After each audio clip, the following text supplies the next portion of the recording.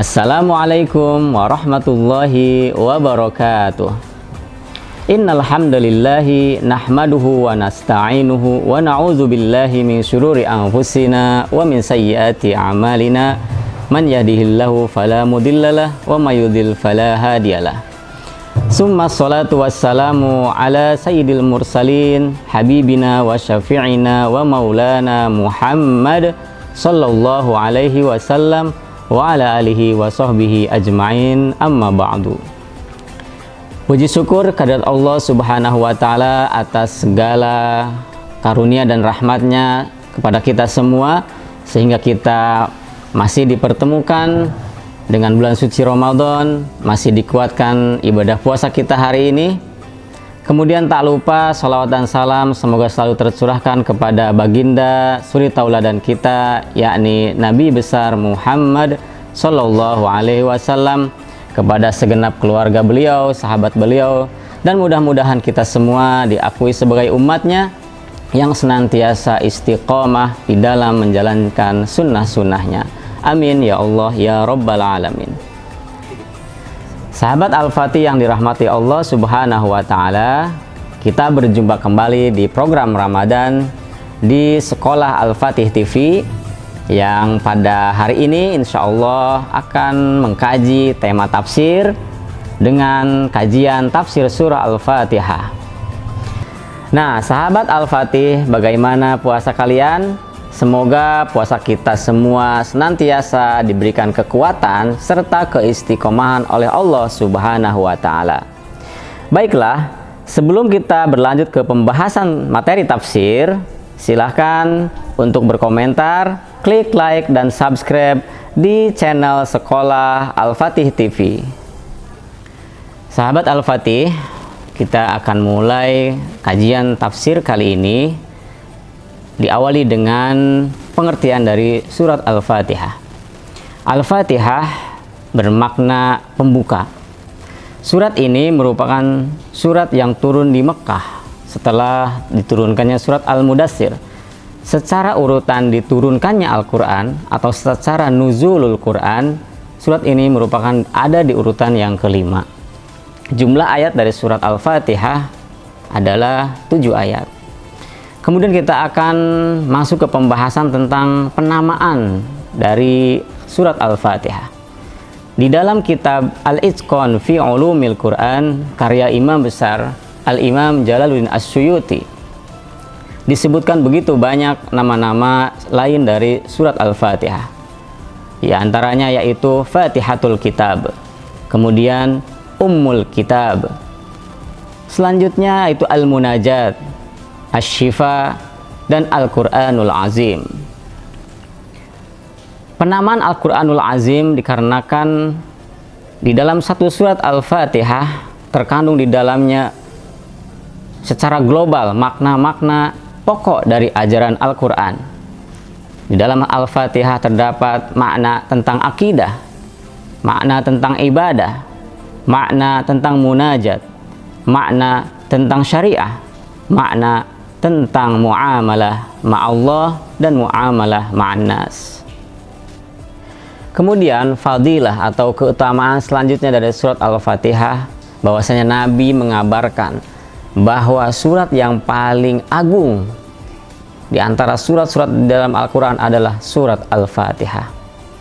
Rasulullah SAW bersabda, "Ala u'allimaka a'zama suratin fil Quran", yang artinya, apakah kamu ingin aku kasih tahu surat yang paling agung di dalam Al-Quran? Saat itu Rasulullah SAW memberitahukan kepada sahabat bahwasanya surat yang paling agung adalah surat Al-Fatihah. Sahabat Al-Fatih yang dirahmati Allah subhanahu wa ta'ala, setelah kita membahas tentang pengertian surat Al-Fatihah, bagaimana penamaan surat Al-Fatihah, kemudian keutamaan dari surat Al-Fatihah, kita akan lanjut untuk membahas secara singkat tafsir dari surat Al-Fatihah mulai dari ayat 1 sampai 7. Baiklah, kita akan mulai dari ayat 1 sampai ayat 4. Di sini disebutkan Bismillahirrahmanirrahim. Alhamdulillahi Rabbil Alamin, Ar-Rahmanir Rahim, Maliki Yaumiddin. Pada ayat pertama Allah menyatakan bahwasanya mengajarkan kepada kita bahwa seharusnya senantiasa kita memulai sesuatu dengan nama Allah yang Maha Pengasih dan Maha Penyayang. Pada ayat ini disebutkan bahwasanya di situ ada asma Allah. Kemudian ada Ar-Rahman, yang berarti Ar-Rahman adalah pemurah atau pengasih, dan Ar-Rahim penyayang. Tentunya Ar-Rahman dan Ar-Rahim memiliki arti yang berbeda. Disebutkan di dalam buku tafsir bahwasanya Ar-Rahman adalah sifat rahmannya Allah, sifat kasih sayangnya Allah kepada seluruh makhluk ciptaannya tanpa terkecuali. Kepada segenap manusia, baik yang kafir kepada Allah, baik yang musyrik kepada Allah, terlebih kepada yang beriman. Tetapi khusus Ar-Rahim, yaitu penyayang, yaitu kasih sayang Allah yang sempurna, hanya dikhususkan kepada orang-orang yang beriman kepadanya.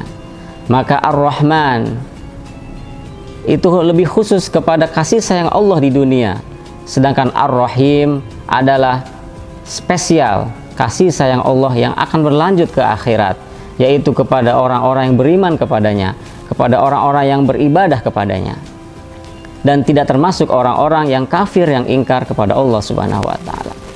Kemudian Alhamdulillahi Rabbil Alamin, Ar-Rahmanir Rahim, Maliki Yaumiddin.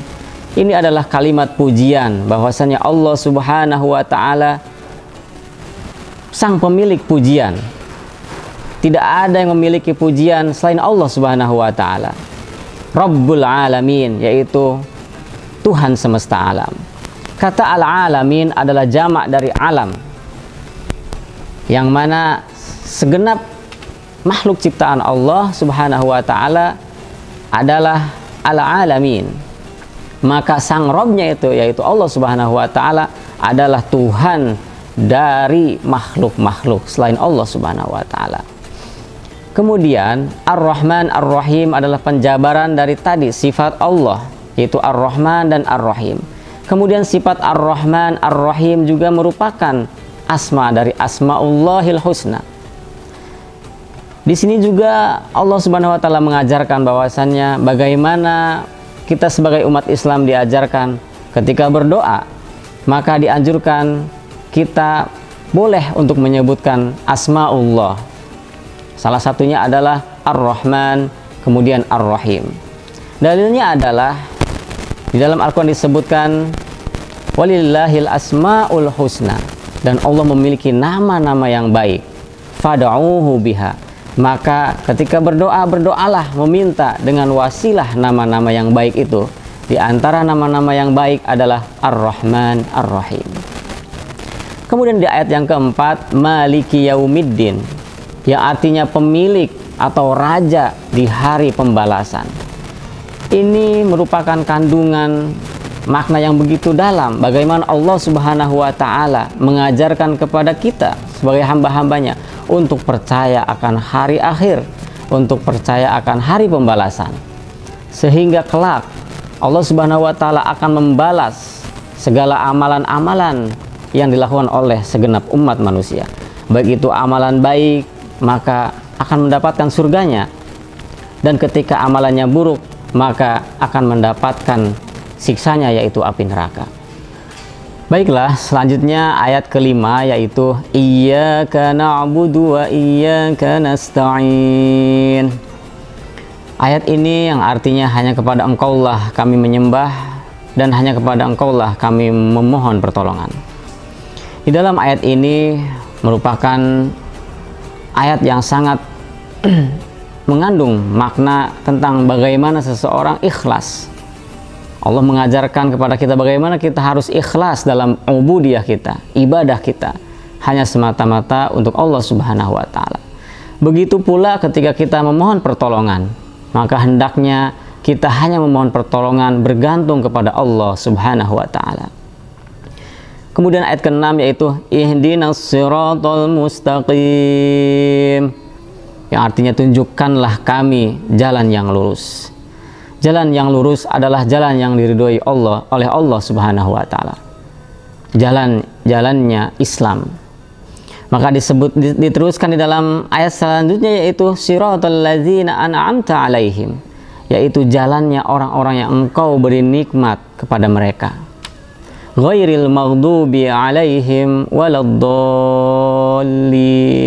bukan jalannya orang-orang yang dimurkai, dan bukan pula jalannya orang-orang yang sesat. Di dalam ayat yang ke-6 dan ke-7 ini, kita senantiasa diajarkan oleh Allah Subhanahu wa taala agar senantiasa bermunajat, memohon pertolongan dari Allah untuk ditunjukkan selalu jalan keistiqomahan, yaitu jalan yang mustaqim, yang lurus, yaitu jalannya orang-orang yang diberkahi oleh Allah, diberikan nikmat oleh Allah Subhanahu wa taala, diridhoi oleh Allah Subhanahu wa taala. Bukan jalannya orang-orang yang dimurkai oleh Allah, bukan pula jalan orang-orang yang sesat. Maka dua ayat ini, yaitu ihdinas siratal mustaqim siratal ladzina an'amta alaihim ghairil maghdubi alaihim waladdallin, amin, merupakan dua muamalah. Bagaimana kita muamalah sama Allah, yaitu senantiasa memohon perlindungan untuk ditunjukkan jalan yang lurus. Dan bagaimana ketika kita muamalah ma'an nas, kita senantiasa meminta pertolongan kepada Allah agar ketika kita muamalah ma'an nas, kita tidak terjerumus kepada muamalah yang sesat, muamalah yang dimurkai oleh Allah Subhanahu wa taala.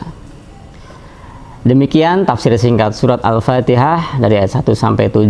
Semoga kajian singkat kita kali ini mampu menjadikan motivasi bagi kita semua untuk menggali lebih dalam makna dari ayat suci Al-Qur'an, dan juga menjadikan motivasi bagi kita untuk lebih menghayati lagi makna dari setiap bacaan kita, terutama bacaan surat Al-Fatihah di dalam sholat-sholat kita. Cukup sekian dari Bapak, kurang lebihnya Bapak mohon maaf. Wabillahi taufiq wal hidayah. Wassalamualaikum warahmatullahi wabarakatuh.